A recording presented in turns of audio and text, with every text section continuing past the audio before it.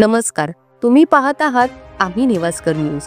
पुणे आणि पिंपरी चिंचवडमध्ये तरुणाई व्यसनाच्या आहारी जात असल्याच्या अनेक घटना समोर येत आहेत। अशाच एका धक्कादायक प्रकरणाची माहिती समोर आली आहे, जिथे एका तरुणाने व्यसनासाठी पैसे न मिळाल्याने थेट सोसायटीतील दुचाकींना आग लावली आहे। काय आहे हा संपूर्ण प्रकार, पाहूयात आमच्या या स्पेशल रिपोर्टमध्ये। होय, ही घटना घडली आहे पिंपरी चिंचवडच्या पिंपळे निलक परिसरातील मोरिया क्षितिज बिल्डिंगमध्ये। इथे राहणाऱ्या 27 वर्षीय स्वप्नील पवार या तरुणाने नशेसाठी पैसे न मिळाल्याने सोसायटीतील 13 दुचाकी पेटवून दिल्या। आरोपीने आधी धमकी दिली आणि नंतर दुचाकींना आग लावली। पोलिसांनी वेळीच कारवाई करत आरोपीला अटक केली आहे। विशेष म्हणजे त्याच्या कुटुंबाने आधीही पोलिसांकडे तक्रार केली होती। आरोपीच्या आईने आणि भावाने माध्यमांशी बोलताना काय सांगितले ते पाहूया। 2-3 वाजता आईला धमकी दिला, लहान भावाला धमकी दिला, तुम्हाला पैसे दे नाही तर बघ मी तुझ्या गाड्या पेटवून टाकतो। तो स्वतः बोलला। आम्ही त्याशी जेलमध्ये बोलला गेलो म्हणजे चौकीला। तो म्हणला तुमच्या गाड्या पेटवली नाही, माझी गाडी पेटवली। मी म्हणतो तुझी गाडी पेटवली, तो बाहेरून पेटाव होता, मी तुमची गाडी जाळलीच नाही, असं तो आम्हाला उत्तर देतो। कसं वाटला हे दम देतोय, अजून पण म्हणतोय तू जिथे कामाला जाते ना तेवढ्या सगळ्या सोसायट्या पेटवतो मी। आता मी जाते प्रत्येक ठिकाणी जाते जिथं जिथं कामं असतात।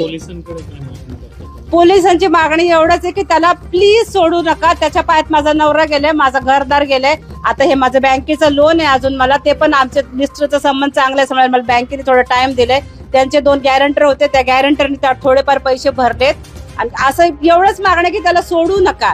त्याला सोडले की आमची तर आहेच, आमची 2 जीव तर जाणार, पण आखी बिल्डिंग तो जाळणार आणि शेजारी पादरच्यांचं बी जाळणार।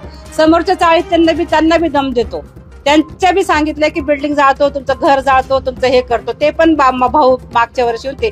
आम्ही इथं चांगले स्वभाव आहेत आमचा म्हणून ते इथले लोक आतापर्यंत दम काढले। आताच्या आता ते लोक आम्हाला बाहेर हो म्हणायला लागले। मी कुठं जाणार मला सांगा, मला सहारा द्या, कुठं जाणार मी? मला एवढंच माझं हे बघा, माझं पोरगा शिकतोय, मी महिन्याला 8-9 हजार रुपये कमवते, त्याच्यात मी दोघांना खायला प्यायला घालते, माझं पोट तर बाहेरच भरते, मी या दोघांसाठीच करते।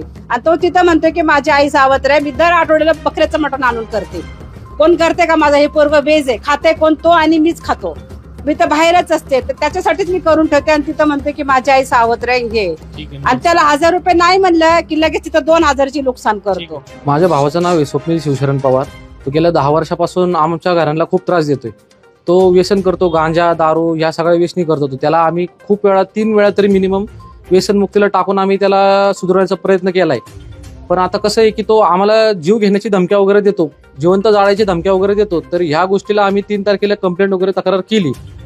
त्याच्यानंतर 4 तारखेच्या रात्री ते येऊन आमच्या पार्किंगला गाड्या वगैरे जाळून आमचा जीव घेण्याचा प्रयत्न केला। माझी पोलिसांना एवढी विनंती आहे की त्याला लवकर सोडू नका, कारण जर तो आता सुटला तर तो आमचा जीव घेण्याचा प्रयत्न करेल। खूप वेळा त्याचा आम्हाला त्रास होतोय, सोसायटीच्या लोकांना त्रास होतोय।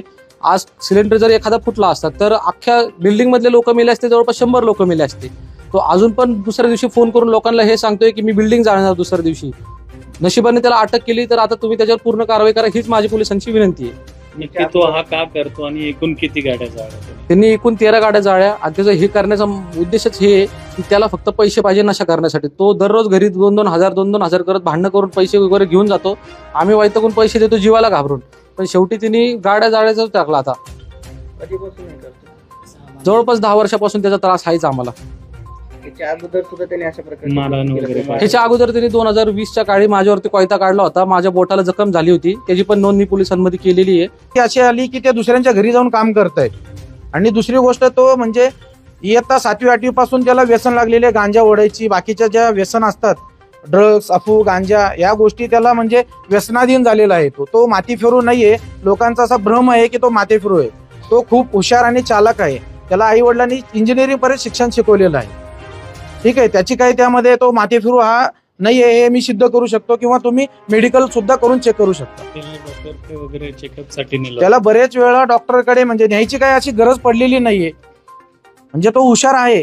त्याला म्हणजे बाकीच्यांना इतके दिवस त्याची म्हणजे आम्हाला काही त्रास नव्हता, पण तो दम देतो की बाबा सोसायटी पेटवून हे करण ते करण। आणि तो जे पिंपरीतील या धक्कादायक घटनेमुळे व्यसनाधीनतेची समस्या किती गंभीर आहे हे स्पष्ट होते। आपण सर्वांनी या समस्येवर विचार करायला हवा। तुम्हाला या प्रकरणावर काय वाटतं? तुमची मते आम्हाला कमेंटद्वारे नक्की कळवा आणि अशाच ताज्या आणि महत्त्वाच्या बातम्यांसाठी पाहत रहा आम्ही निवासकर न्यूज।